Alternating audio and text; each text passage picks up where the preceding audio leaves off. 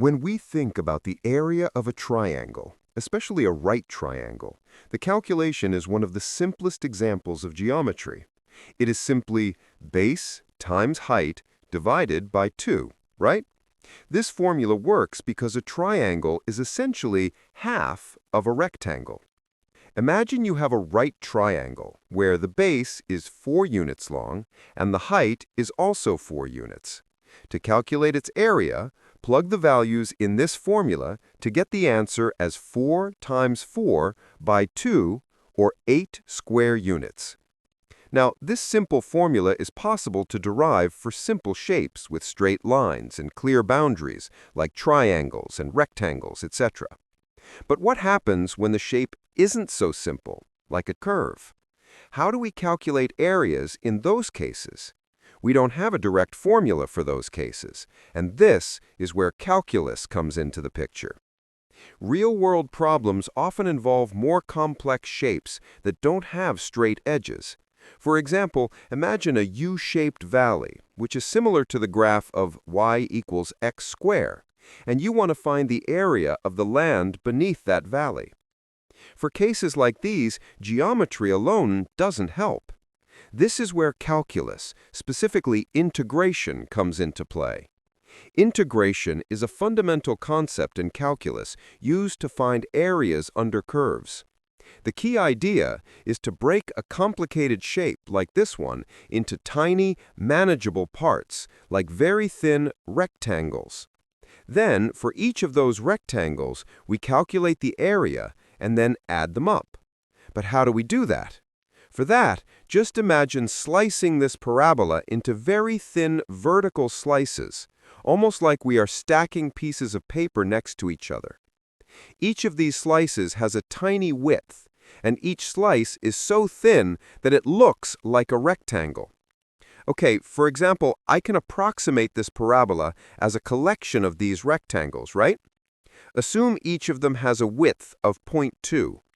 This is indeed tiny, so how many of these rectangles will be needed if our parabola extends till x equals 2? We need 2 over 0.2, or 10 such rectangles, right? And these x values will be 0.2, 0.4, 0.6, and so on, till x equals 2. Now, in order to calculate the area of these rectangles, we need base and height. Base is this, so we only need height. Tell me what will be the height of these rectangles. Yes, you are right, it will be this. But what is this value? It is the y value of this parabola, right? And that y value is equal to x squared. So the height at these values of x will be 0.2 squared. At this, it will be 0.4 squared, and so on, and here it will be 2 squared. I have made a table of x values and their respective y values. Now the area of this rectangle will be base times height, or this. Do it for all of these rectangles and sum them up to get this. So the area of this parabola will be approximately this, isn't it? See how cleverly we have approximated the area of this parabola by just approximating it as a collection of rectangles? Now, what if we make the width of these rectangles so small that it is impossible to see it with our naked eye, and we call that width by a variable dx, such that this dx goes to 0, very small width? This will make the parabola as a collection of billions or trillions of those rectangles, so almost infinite technically, and thus it will give an excellent approximation of the area of this parabola. Don't you think so? So if you understood what I told you right now, that means congratulations, you have understood integration, because that's what it's all about. Assume for this parabola at some value of x, we have the height of this rectangle as x squared.